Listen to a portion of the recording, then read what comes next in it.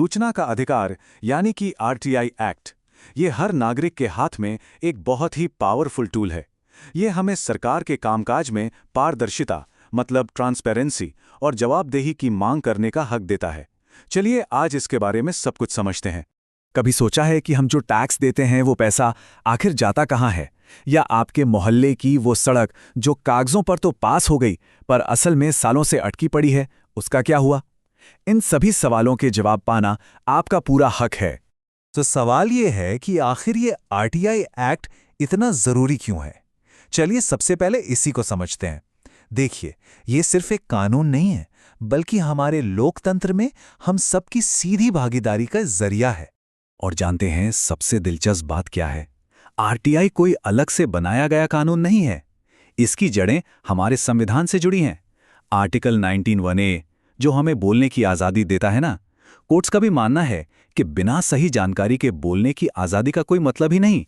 बात सीधी सी है, एक जागरूक नागरिक ही एक मजबूत लोकतंत्र की नींव होता है ना? जब हमें ये पता होगा कि फैसले कैसे लिए जा रहे हैं, हमारा पैसा कहाँ लग रहा है, तभी तो हम अपनी बात सही तरीके से रख पाएंगे। तो अब सबसे बड़ा सवाल, इस पावरफुल अधिकार का इस्तेमाल करें तो करें कैसे? आइए अब आरटीआई फाइल करने के आसान से प्रोसेस को स्टेप बाय स्टेप समझते हैं। अच्छी बात यह है कि सरकार ने इस प्रोसेस को बहुत आसान बना दिया है। आप इस ऑफिशियल पोर्टल पर जाकर कुछ ही मिनटों में अपनी आरटीआई अर्जी डाल सकते हैं। ये सच में हमें ताकत देने वाला एक बड़ा कदम है।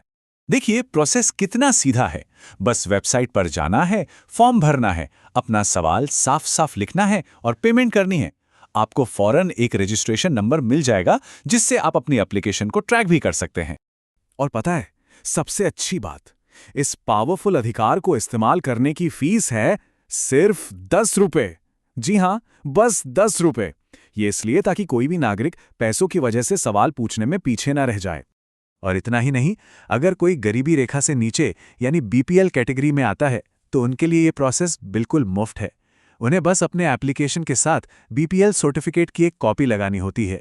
जब आप अपनी अर्जी फाइल करते हैं तो वो सीधे उस डिपार्टमेंट के जन सूचना अधिकारी यानी पीआईओ के पास जाती है। कानून के तहत ये उनकी जिम्मेदारी है कि वो आपको समय पर जानकारी दें। पीआईओ को आपकी अर्जी का जवाब देने के लिए आमतौर पर 30 दिनों का वक्त मिलता है। ये टाइम लिमिट इसलिए है ताकि आपको अपनी जानकारी के लिए लंबा इंतजार ना करना पड़े। लेकिन अगर मामला किसी की जिंदगी या आज़ादी से जुड़ा हो तो ये टाइम लिमिट घटकर सिर्फ 48 घंटे रह जाती है। इससे पता चलता है कि कानून ऐसे मामलों को कितनी गंभीरता से लेता है। तो प्रोसेस तो हमने समझ लिया, पर क्या इसका मतलब ये है कि हम कुछ भी पूछ सकते हैं? चलिए अब जानते हैं कि कौन सी जानकारी पर कुछ सीमाएं हैं। ये एक बहुत ही जरूरी सवाल है। वैसे तो आरटीआई का दायरा बहुत बड़ा है, लेकिन कुछ ऐसी जानकारी भी है जिसे देने से छूट दी गई है और ये समझना भी हमारे लिए बहुत जरूरी है। देखिए, ये कानून पारदर्शिता और गोपनीयता के बीच एक बैलेंस बनाता है। इसकी धारा 8 के तहत देश की सुरक्षा, विदेशी संबंध या किसी की निजी जानकारी जैसी सेंसिटिव बातों को इसके दायरे से बाहर रखा गया है। पर क्या हो अगर आपने आरटीआई फाइल की और आपको जवाब ही नहीं मिला, या जो जवाब मिला आप उससे खुश नहीं हैं? घबराने की जरूरत नहीं है, इसका भी एक रास्ता है। इस कानून में ना जवाबदेही का एक बहुत ही मजबूत सिस्टम है। अगर कोई अफसर बिना किसी ठोस वजह के 30 दिन में जानकारी नहीं देता तो उस पर हर दिन के हिसाब से 250 रुपये का जुर्माना लग सकता है और यह जुर्माना 25,000 रुपये तक जा सकता है। और ये जुर्माना सिर्फ देरी के लिए नहीं है।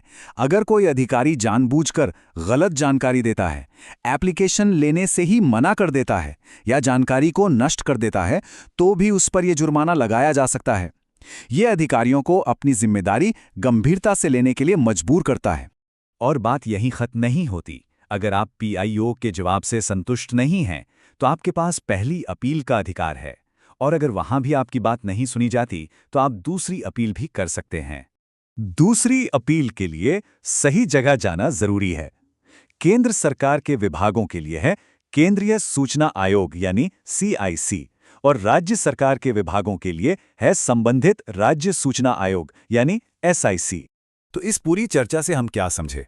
यही कि आरटीआई सिर्फ एक कानून नहीं है, ये आपकी ताकत है और आपका एक नागरिक कर्तव्य भी है।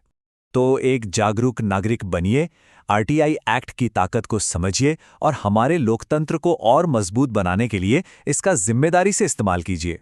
इस सब जानकारी के बाद अब सवाल यह है कि आप इसका इस्तेमाल कैसे करेंगे। जरा सोचिए, आपके आसपास, आपके शहर में ऐसा कौन सा मुद्दा है जिसके बारे में आप और जानना चाहेंगे। आपकी अगली आरटीआई एक बड़े बदलाव की शुरुआत हो सकती है।